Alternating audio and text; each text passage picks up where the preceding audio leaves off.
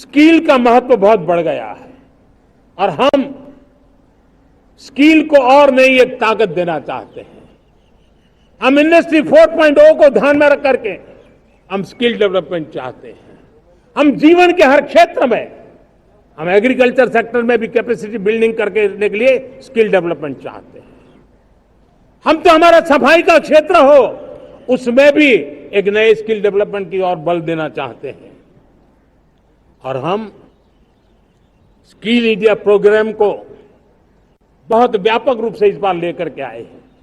Budget में भी इसका बहुत बड़ा, इस बजट में इंटर्नशिप को भी हमने बल दिया है ताकि हमारे नौजवानों को एक एक्सपीरियंस मिले, उनकी कैपेसिटी बिल्डिंग हो और बाजार में उनका ताकत दिखाई दे। उस प्रकार से मैं स्किल युवाओं को तैयार करना चाहता हूं। और जिसे कई बार, और दोस्तों, आज विश्व की परिस्थिति को देखते हुए मैं साफ साफ देख रहा हूं कि भारत का स्किल्ड मैन पावर जो है, हमारा स्किलफुल जो नौजवान है, वो ग्लोबल जॉब मार्केट में अपनी दमक बनाए। हम उस सपने को लेकर के आगे चल रहे हैं।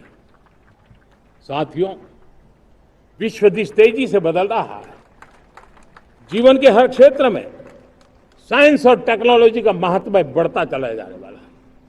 हमें साइंस को बहुत बढ़ देना की आवश्यकता है।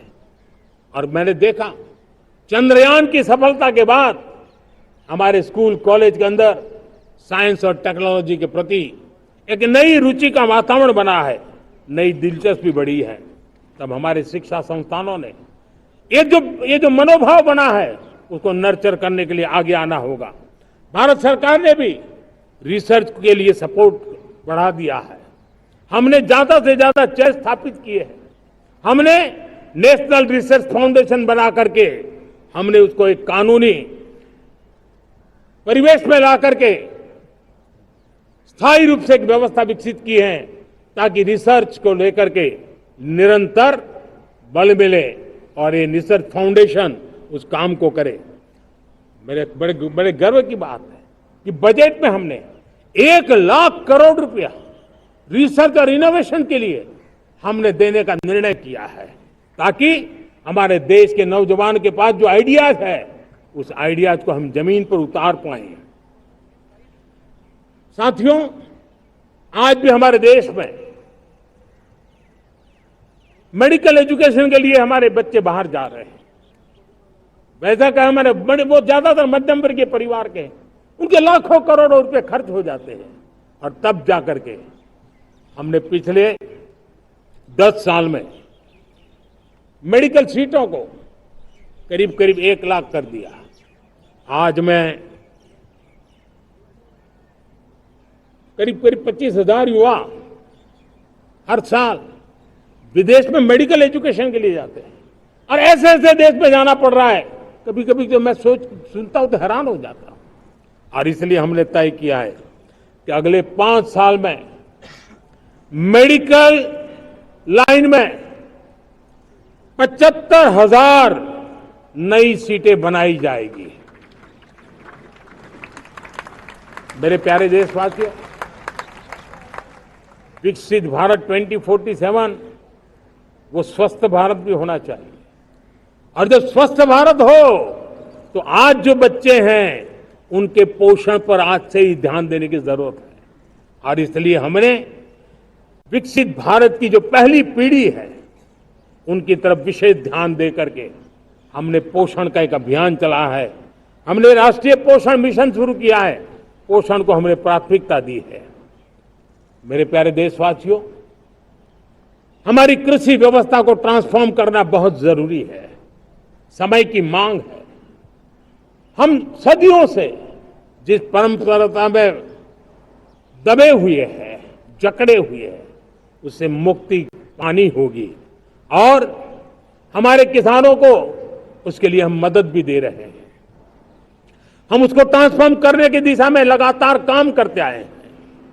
आज आसान ऋण दे रहे हैं किसानों को, टेक्नोलॉजी की मदद दे रहे हैं। किसान जो पैदावार करता है उसको वैल्यू एडिशन के लिए हम काम कर रहे हैं। उसके लिए मार्केटिंग के लिए पूरा प्रबंध करते हैं। ताकि उसको एंड टू एंड हर जगह पे हैंड होल्डिंग की व्यवस्था हो, उस दिशा में हम काम कर रहे हैं।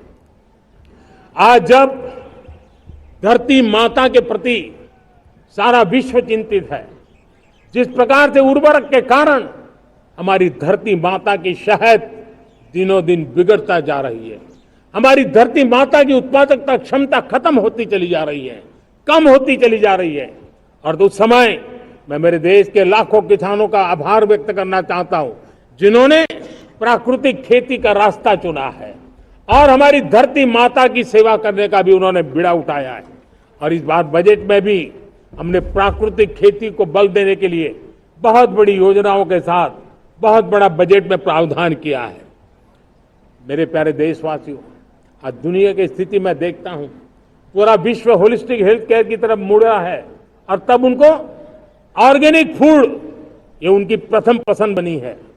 आज विश्व के लिए ऑर्गेनिक फूड का अगर कोई फूड बास्केट बन सकता है तो मेरे देश का किसान बना सकता है, मेरा देश बन सकता है।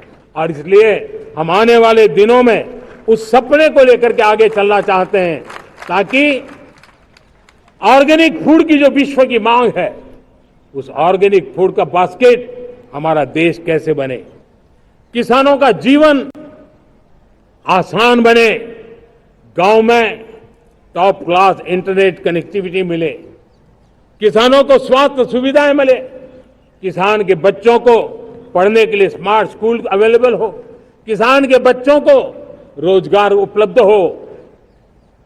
छोटी छोटे खेती के टुकड़ों पर पूरा परिवार आज जीना बड़ा मुश्किल हो रहा है, तब उनके नौजवानों के लिए वो स्किल मिले, ताकि उनके नए रोजगार मिले, नए आय के साधन बने।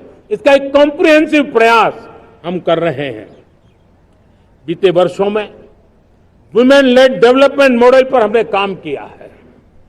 इनोवेशन हो, एम्प्लॉयमेंट हो, एंटरप्रेन्योरशिप हो, हर सेक्टर में महिलाओं के कदम बढ़ते जा रहे हैं। महिलाएं सिर्फ भागीदारी बढ़ा रही है ऐसा नहीं, महिलाएं नेतृत्व दे रही है। आज अनेक क्षेत्रों में, आज हमारे रक्षा क्षेत्र में देखिए, हमारा एयरफोर्स हो, हमारी आर्मी हो, हमारी नेवी हो, हमारा स्पेस सेक्टर हो, आज हमारी महिलाओं का हम दमखम देख रहे हैं देश के लिए। लेकिन दूसरी तरफ कुछ चिंता की बातें भी आती हैं, और मैं आज लाल किले से फिर बार एक अपनी पीड़ा व्यक्त करना चाहता हूं। एक समाज के नाते